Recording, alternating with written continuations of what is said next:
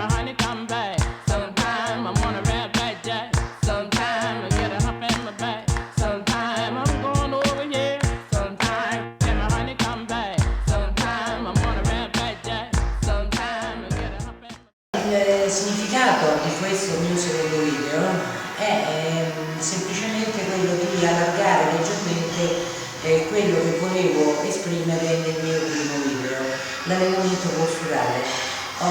Io tengo molto a questa parola, cioè allenamento. Io non ho più parlato ormai da molti anni di ginnastica posturale, ma solo di allenamento, perché attraverso la mia metodologia di lavoro sono riuscita a ricondizionare la memoria dei muscoli posturali, ricondizionarli e quindi riportarli a uno stato costante di equilibrio fisiologico. Io in questo modo sono riuscita a risolvere tantissime problematiche, sicuramente la colonna vertebrale. Ho lavorato sul campo, la mia esperienza è vasta, ho tanti casi da poter portare come esempio di questa mia attività, per cui oggi posso dire che solo l'allenamento posturale riesce a restituire, specialmente ai muscoli paravertebrali, una memoria fisiologica.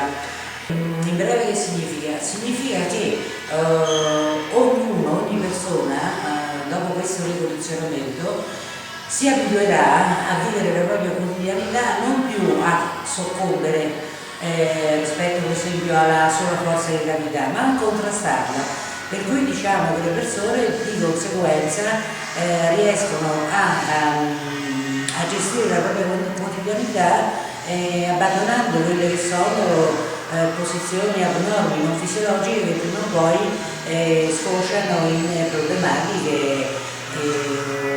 che noi tutti poi conosciamo. Per cui, ripeto, non parliamo più di ginnastica posturale, ma assolutamente di allenamento posturale. Inoltre aggiungo l'ultima cosa, e cioè che attraverso esercizi di stretching attivo dei muscoli paravertebrali, e solo in questo modo si riesce ad avere una memoria fisiologica dei muscoli paravertebrali. Grazie, arrivederci.